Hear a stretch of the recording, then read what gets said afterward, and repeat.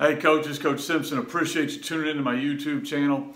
This week is my organizational week, and I made it that way because I just released my organizational guide. If you're interested in my offense or really just kind of figuring out ways to help organize your offense, it's available at fbcoachsimpson.com. Yesterday talked about coaches organization, different things you can do to help your coaching staff be more organized. Today we're going to talk about putting out basically a yearly calendar and how to organize, from January through December. With COVID, I think we all learned that we better be adjustable. And so as a coach who likes to be organized, that drives me insane.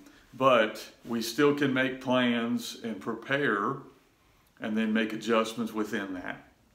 In my opinion, your players knowing as far ahead of time, and your parents knowing as far ahead of time, and of course your coaches knowing as far ahead of time events you have planned will help attendance. A lot of guys reach out to me about how to get attendance issues.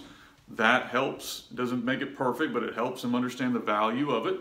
And it also takes care of issues you may have as far as somebody not knowing about it. Believe it or not, 15, 16, 17, 18-year-olds don't always think more than one day ahead. So if you can get that information out to whoever's responsible for them, it tends to help. Okay, so on a yearly calendar, here's a couple things that I try to address for my coaches and for my players. Expectations on attendance. And this can vary depending on your situation. I'm a huge multi-sport guy. And so if a kid is playing another sport, we want them around because I don't want to just lose touch with that kid. You don't ever want that kid to leave football, go somewhere, and you don't ever see him again. So I try to meet with those guys. It can be informal. It can be formal. And I don't know where your school is set up. We were so blessed at my former school that those kids basically lived a year round. Here at Searcy, we're trying to work a situation where we can create that so that we can heavily encourage kids to do multiple sports and not feel like they're missing out on getting stronger, getting faster. But you need to have your expectations. I have found you're going to be more successful if you allow the seniors, leaders, whoever you decide on your team, to help be in on creating that policy. You can come down and say this is a policy and you can enforce it, and that works. I've found that a lot of times you can work with your students, your athletes, especially your leaders, to come up with what do you feel is a fair policy and kind of guide them, shape them, and come up with it together on what we expect before you're able to do certain things. Whatever you decide, you got to do. So if you decide you got to make X amount of workouts, I would recommend you set up different ways kids can make workouts up, because that would help you. It won't paint you in a corner. But once you've made a decision, you've got to hold their feet to the fire. That doesn't just go with athletes, that goes with coaches. There are certain things I don't ask my whole staff to be at. There are certain events that we don't need 15 coaches. We can probably handle it with a few coaches, and we try to rotate that around so that my coaches understand, hey, I do value your time.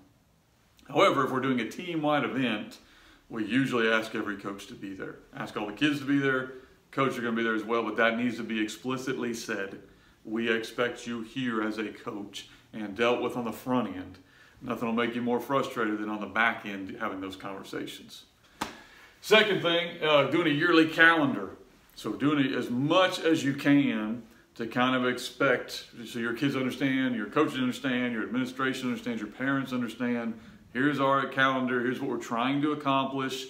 Inside that calendar, we're going to put off-season workouts, even if it's just during the school period, if you're fortunate enough to have that. We're going to put big events we may have.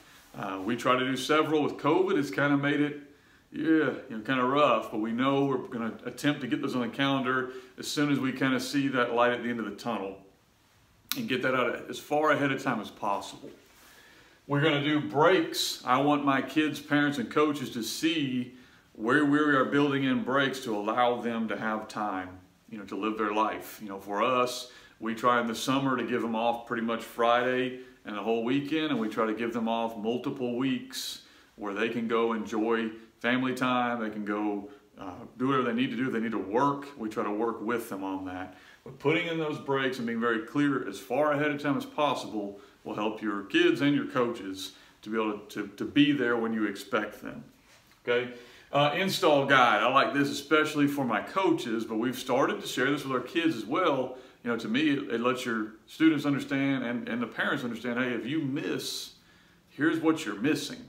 You know, here's what you have missed. And we really can't just go back and do this. So it helps on the front end a lot of times to encourage attendance. It also helps, a lot of times you'll get a responsible kid who knows they're going to have to miss.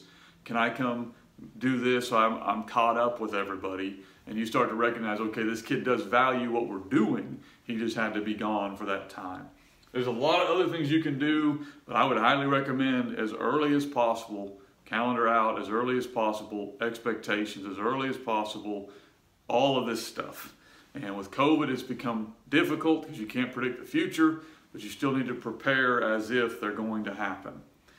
Appreciate you guys' time again. If you didn't hear me, I've got a full organizational guide, specifically offensively, to how to maximize your time. You can pre-order it on my website, fbcoachsimpson.com, or there's a lot of these smaller materials. If you don't want a book, but you want a downloadable kind of template, those are available there as well. If you haven't already done so, I'd appreciate it if you would like and subscribe to my channel. Thank you.